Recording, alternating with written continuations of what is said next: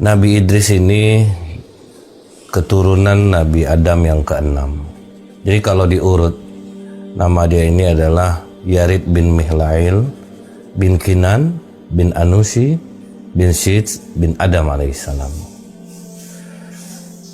Nah, Nabi Syed inilah yang pertama kali menerima wahyu lewat malaikat Jibril, dan waktu itu usianya sudah 82 tahun. Nabi Idris mendapatkan wahyu 82 tahun. Kita bisa bayangin berapa lama Nabi Idris menahan melihat kaumnya yang sudah mulai melupakan Allah. Jadi dia diberikan Allah beberapa kelebihan sebelum dia diberikan mukjizat kerasulan.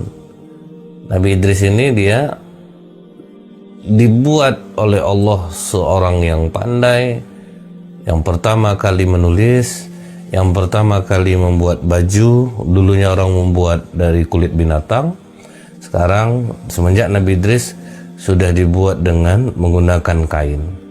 Nah, dengan kelebihan-kelebihan sebelum ini kan sudah cukup sebetulnya membuat orang percaya dengan Nabi Idris. Tetapi ternyata bukan hal yang mudah. Umur 82 tahun diangkat menjadi Rasul, kemudian diberikan juga mukjizat pengetahuan merawat kuda, ilmu perbintangan, kemudian ilmu berhitung yang sekarang kita kenal dengan matematika ini.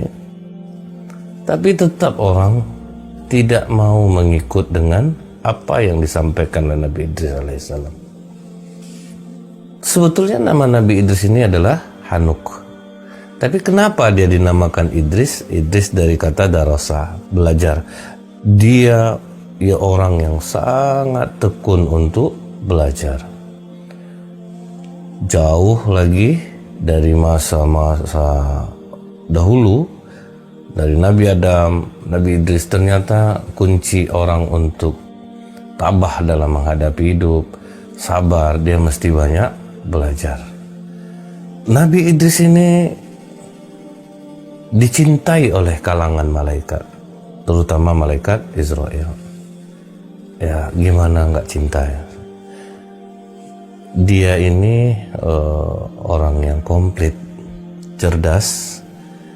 Kemudian pada masanya dia juga membangun kota, sampai 188 kota yang dibangun oleh Nabi Idris. Jadi modern dia. Namun ibadah tetap khusyuk, tetap taat kepada Allah. Ini yang mesti kita upayakan. Sesibuk apapun kita, bisa nggak kita juga fokus kalau kita sholat tepat waktunya, tidak menunda-nundanya, bisa laki-laki melakukannya secara berjamaah. Ini baru dicintai oleh malaikat. Cuma kadang kita berat ke dunia, lupa akhirat. Terlalu berat betul ke akhirat, lupa pula kepada dunia ya. Ya, dia kombinasi ini harus seimbang. Malaikat yang mencintai Nabi Idris ini salah satunya adalah malaikat Israel. Nabi Idris dengan malaikat Israel ini bersahabatnya sudah sangat lama. Sampai waktu malaikat Israel turun ke bumi karena merasakan rindu. Jadi Nabi Idris heran. Sahabatnya ini datang tentu tidak wujud aslinya. Begitu datang dalam bentuk sosok pria, kemudian banyak juga datang membawa buah-buahan. Nabi Idris tidak dapat membaca siapa ini tamunya. Setiap kali Nabi Idris menawarkan makanan, malaikat Israel tentu menolak karena malaikat tidak makan, tidak minum. Ketika berjalan bersama malaikat Israel, mulai curiga Nabi Idris sudah 4 hari. Setelah 4 hari, malaikat ini tidak makan. Akhirnya Nabi Idris bertanya, "Kau ini sebetulnya siapa?" Apa kata malaikat Israel? "Aku ini Israel Idris. Kau datang apa untuk mencabut nyawaku? Tidak Idris, aku hanya ingin berkunjung denganmu. Aku tidak untuk mencabut nyawamu. Terus 4 hari ini, apakah kau tidak mencabut nyawa orang? Banyak nyawa yang kucabut Idris. Makhluk-makhluk itu bagi hidangan di hadapanku. Jadi aku ambil mereka bagikan seorang yang menyuap makanan. Jadi tetap seperti biasa.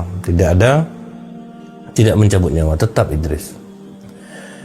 Terfikir oleh Nabi Idris yang cerdas ini, Israel, coba mohonkan kepada Allah. Aku ingin merasa gimana kalau nyawa kita itu dicabut, itu gimana rasanya. Kata malaikat Israel, aku tidak mencabut nyawa melainkan dengan izin Allah, Idris. Jadi orang mati itu udah berdasarkan izin Allah baru dia dimatikan, dicabut nyawa.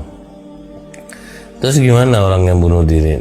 Orang yang bunuh diri mendahului takdirnya. Nah, itu yang membuat Allah marah sama dia. Akhirnya Allah mengizinkan kepada malaikat maut, cabutlah nyawa Idris. Cabut oleh malaikat Israel. Setelah dicabut, malaikat Israel sedih melihat sahabatnya sudah mati. Kemudian Allah izinkan untuk mengembalikan. Nah, waktu mengembalikan itu ngamuk Nabi Idris. Kau kita berkawan berdua, kau cabut nyawa aku sekeras itu. Kata malaikat Israel, belum pernah aku mencabut selembut yang kulakukan kepadamu Idris. Selembut kau bilang, seperti kambing yang dikuliti hidup-hidup, ditarik kulitnya, dicabut, ditanggalin, itu rasa ruh lepas dari badan. Kau bilang lembut, itulah yang paling lembut Idris. Waduh, ini yang harus kita fahami. Sebagaimana dikatakan oleh Rasulullah, ada yang seperti disabet dengan pedang sampai 70 kali. Ada seperti burung yang digoreng. Bagaimana menggelegak-gelegaknya rasanya badan kita lah, dibakar, dia digoreng, begitulah panasnya. Ruh mau keluar dari tubuh. Bagi orang yang tidak beriman dan bertakwa kepada Allah, tentu akan bertambah berat beban itu. Tapi ada kabar gembira dari Rasulullah. Belum dicabut ruh seorang mukmin sebelum dia melihat tempat tinggalnya di surga. Maksudnya apa? Sakitnya itu hilang karena terlena memandang keindahan surga. Jadi karena terlena hilang rasa sakit itu. Itu kabar gembira dari Rasulullah. Kemudian merasakan sakitnya kematian ini, itu yang membuat Nabi Idris semakin kuat untuk supaya umatnya tidak merasakan hal ini. Dia ingin umatnya dekat kepada Allah karena dia sudah merasakan sakitnya sakratul maut. Setelah itu Nabi Idris di beberapa waktu setelahnya dia sudah berdakwah kemana-mana. Apa kata malaikat, kata Nabi Idris, wahai Israel, bisakah engkau membawaku melihat surga atau neraka? Kata malaikat Israel, waduh, ini susah permintaannya ini, karena itu bukan ranah aku sebetulnya. Mengapa kau minta itu? Nah, kata Nabi Idris, aku takut dengan azab Allah. Mudah-mudahan makin tebal imanku dengan melihat surga atau neraka. Kemudian malaikat Israel meminta izin kepada Allah, minta restu, akhirnya diizinkan oleh Allah. Dibawa ke langit, diperlihatkan oleh malaikat Israel neraka. Begitu melihat neraka, lihat penjaga neraka, malaikat Malik yang sangat menakutkan, menyeret, menyiksa manusia-manusia yang durhaka kepada Allah semasa hidupnya. Nabi Idris tidak sanggup lihat rantai-rantai neraka, ular-ular neraka, kalajengking neraka. Nabi Idris pingsan. Setelah sadar, waduh, ngeri Israel, ngeri. Cepat ajak aku ke surga. Aku ingin melihat surga, mudah-mudahan tentram jiwa aku nih. Karena aku sok betul melihat neraka. Dibawalah ke surga. Sampai di surga nyaris pingsan lagi. Loh, kenapa pingsan lagi?